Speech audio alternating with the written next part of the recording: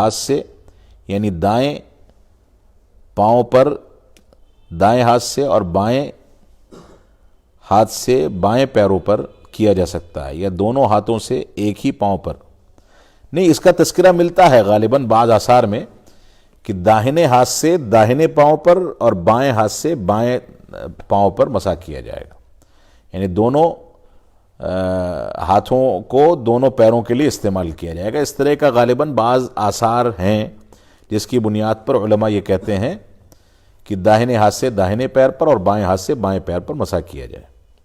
اللہ عالم۔ Normally کر سکتے ہیں،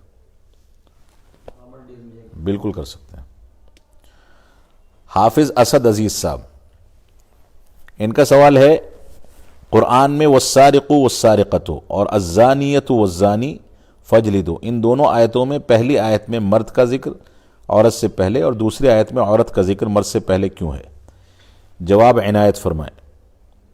دیکھیے بعض مفسرین نے لکھا ہے کہ اللہ رب العالمین نے فرمایا والسارق والسارقۃ فاقطعوا ایدیہما، مرد چور یا عورت چور اگر چوری کریں تو ان کا ہاتھ کاٹ دو۔ یہاں پر مرد چور کا تذکرہ پہلے کیا گیا ہے، اور دوسری آیت جو ہے والزانیۃ والزانی، یہ کہا گیا کہ زنا کرنے والی عورت یا زنا کرنے والا مرد اگر زنا کریں تو ان کو سزا دو، ان کے اوپر حد نافذ کی جائے۔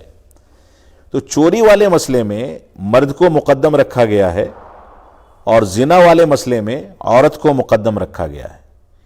تو بعض مفسرین یہ کہتے ہیں کیونکہ چوری کے واقعات عام طور سے مردوں کی جانب سے زیادہ پیش آتے ہیں، عورتیں چوری کے جرائم کم کرتی ہیں، اس وجہ سے مردوں کا ذکر چور کے طور پر پہلے کیا گیا۔ اور جہاں تک زنا کا مسئلہ ہے تو زنا میں اگرچہ مرد زیادہ ملوث ہونے کا خدشہ ہے، لیکن عورت کے میلان کے بغیر مرد عورت سے زنا میں شامل بمشکل ہوتا ہے۔ یعنی عام طور سے اگر مرد کا میلان کسی عورت کی طرف ہو اور عورت جھڑک دے، زنا کی آمادگی کا اظہار نہ کرے، تو مرد کے اندر اتنی ہمت نہیں کہ اس سے جبراً زنا کرے۔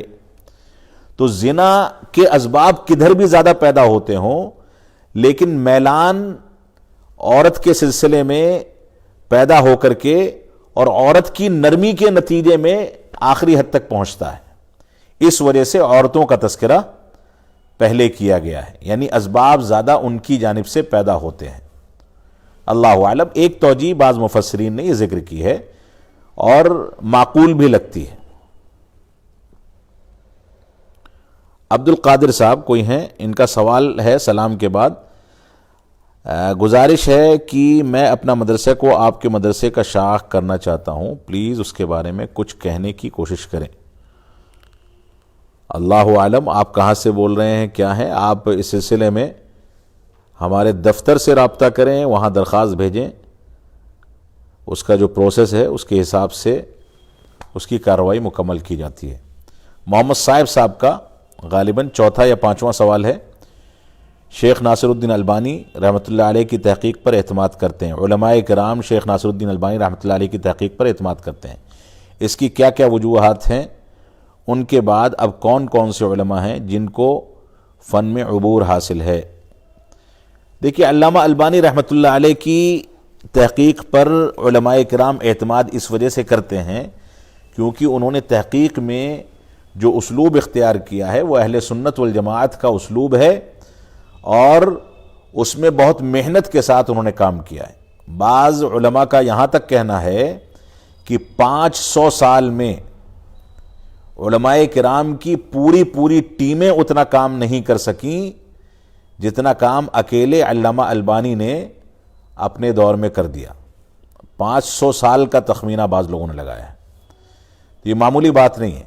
بعض علماء کہتے ہیں کہ علامہ البانی کا مقام ان کے دور میں ویسا ہی ہے جیسے امام بخاری کا مقام ان کے دور میں تھا۔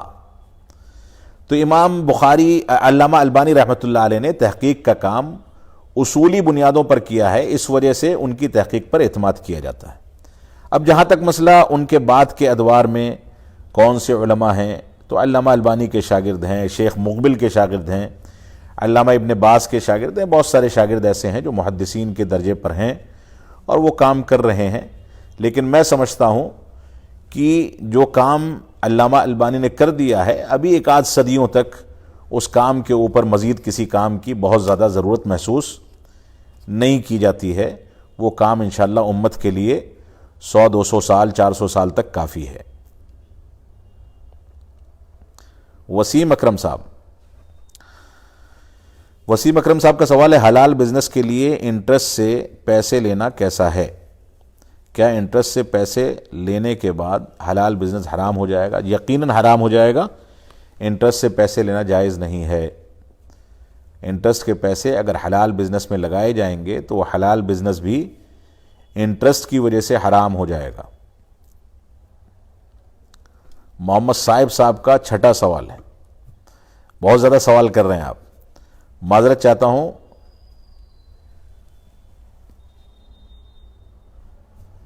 کہہ رہے کئی سنیچر سے میرا سوال چھوٹ جا رہا تھا، اس لیے کئی سوال جمع ہو گئے۔ کوئی بات نہیں، کوئی مسئلہ نہیں ہے۔ اس کے بعد پتہ نہیں کون ہے،